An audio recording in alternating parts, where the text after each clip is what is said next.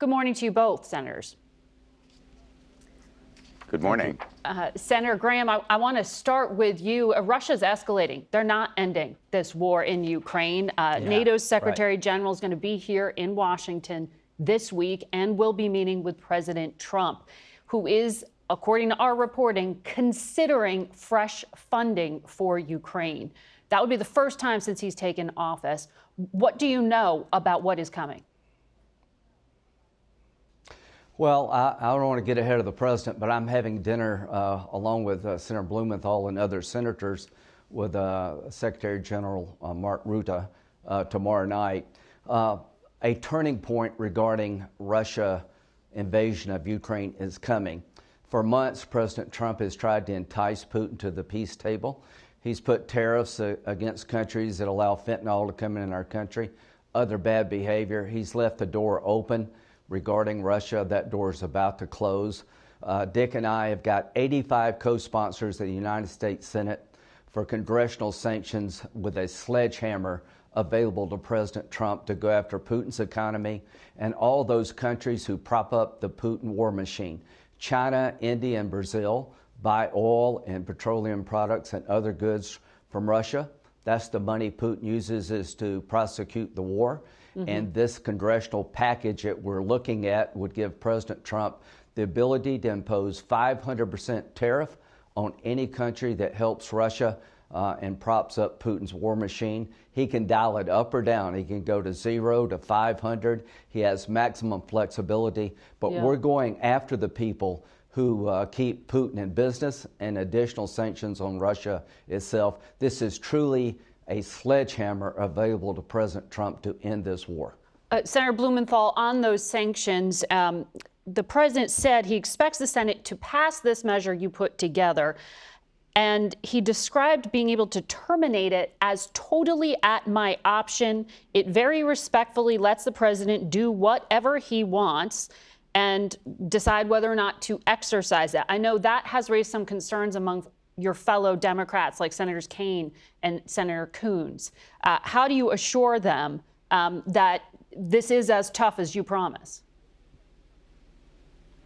This has to be a critical moment for these sanctions, and bringing down this sledgehammer at this moment was emphasized by all of the European allies who were at the meeting that Senator Graham and I attended in Europe. They are absolutely in solidarity, one after another, in that closed-door setting, express the view that these sanctions have to be tough and rigorous to change behavior. And so the waiver language that we will have in this bill is very much alike the provisions that have existed in past similar measures that give the president the ability to act in the national security, but also provide congressional oversight. And I think that kind of assurance to my Democratic colleagues is very important. But what is most important, I think, at this moment is our unity. Senator Graham and I, Republican and Democrat, coming together, the European leaders with diverse views, also in unity. And we want to make use of the seized assets, again, in a unified way. I think a multifaceted approach here is the only way to bring Putin to the table, because he's a thug. He understands only force. But just to follow up on that, the seized assets, there's what, 300 billion in Europe. There's about 5 billion here in the United States. Do you get the sense that the president's going to be willing to tap that and that the European leaders are going to be willing to seize and use that money? Part of the plan that I think will be sought in this meeting involving the Secretary General is for Ukraine to be given assets by NATO, and they're purchasing those military assets from the United States. But the seized property, the seized assets from Russia, can be accessed by the Europeans. They are devising a plan to do it, at least for a part of those assets, billions of dollars, in the interest that is derived from them. Very, very important resources for Ukraine. And the $5 billion that the United States has also could be accessed. And I think it's time to do it.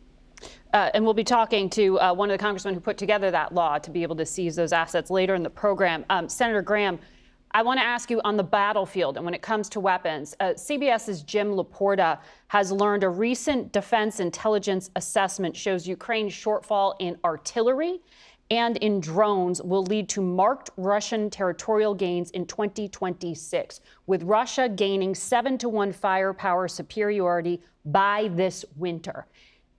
How can you get them what they need if Congress will not approve in the House any new funding? Is it what Senator Blumenthal just laid out? Well, just stay tuned for tomorrow's announcement. The idea of America selling weapons to help Ukraine is very much in play. We've given Ukraine a lot. We've given them money. We've given them military aid. We now have a minerals agreement with Ukraine that's worth trillions of dollars. So I don't want to get ahead of the president, but stay tuned about seized assets. The Europeans want to limit the interest on the assets to go to Ukraine. Secretary Bessent wants to go further. Stay tuned about a plan to go after the seized assets more aggressively. Stay tuned for a plan where America will begin to sell to our European allies tremendous amount of weapons that can benefit Ukraine. Putin has calculated that we would get tired and Europe would get weary. He made a huge mistake. NATO is bigger and stronger, and we're more committed than ever to make sure he does not take Ukraine by force. So Congress is on the verge of passing the most consequential sanction package in the history of the country. It will give President Trump tools he doesn't have today, a literal sledgehammer. And the big offender here is China, India, and Brazil. India buys oil from Russia cheap and resells it. That's despicable. I've talked to President Trump. He said last week it's time to move.